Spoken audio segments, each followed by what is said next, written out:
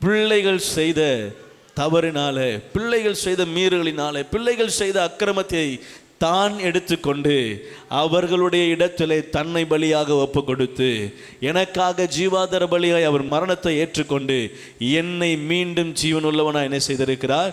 மாற்றி கொடுத்திருக்கிறார். அல்லேலூயா. எனக்கு ஜீவனை கொடுக்கும்படியாக அவர் தன்னுடைய ஜீவனை மரணத்தில் ஊற்றினார்.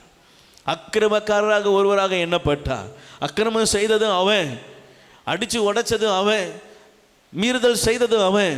ஆனால் அதுக்குண்டான பழி என்ன செய்கிறார்? அதுக்குண்டான கிரயத்தை இவர் நான் செலுத்துகிறேன்னு ஒப்புக்கொள்ளுகிறார். அல்லேலூயா.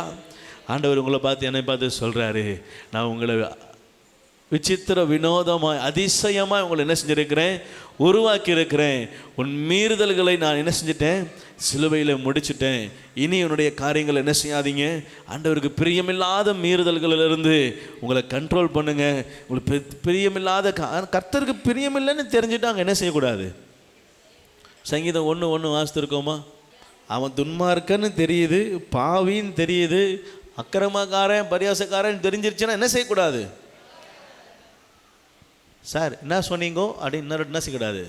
அவன் சொல்கிறது தான் கெட்ட வார்த்தை தெரியுது, திருப்பியும் போய் மறுக்கா சொல்லுங்க அப்படின்னு செய்யக்கூடாது.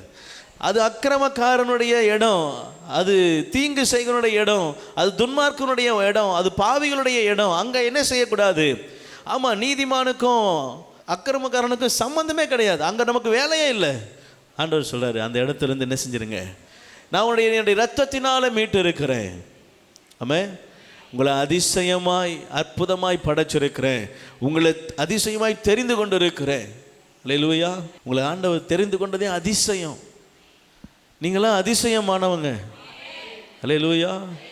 ஆமாம், உங்களை அவருடைய வாய்க்கால்கள் ஓரமாக வச்சிருக்கிறார்.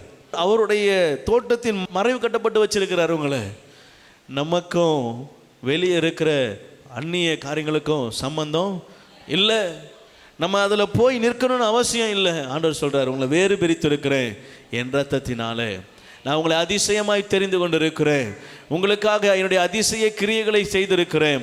என்னிடமா என்ன செய்யுங்க, திரும்புங்க என்று கர்த்தர் சொல்லுகிறார். அல்லேலூயா.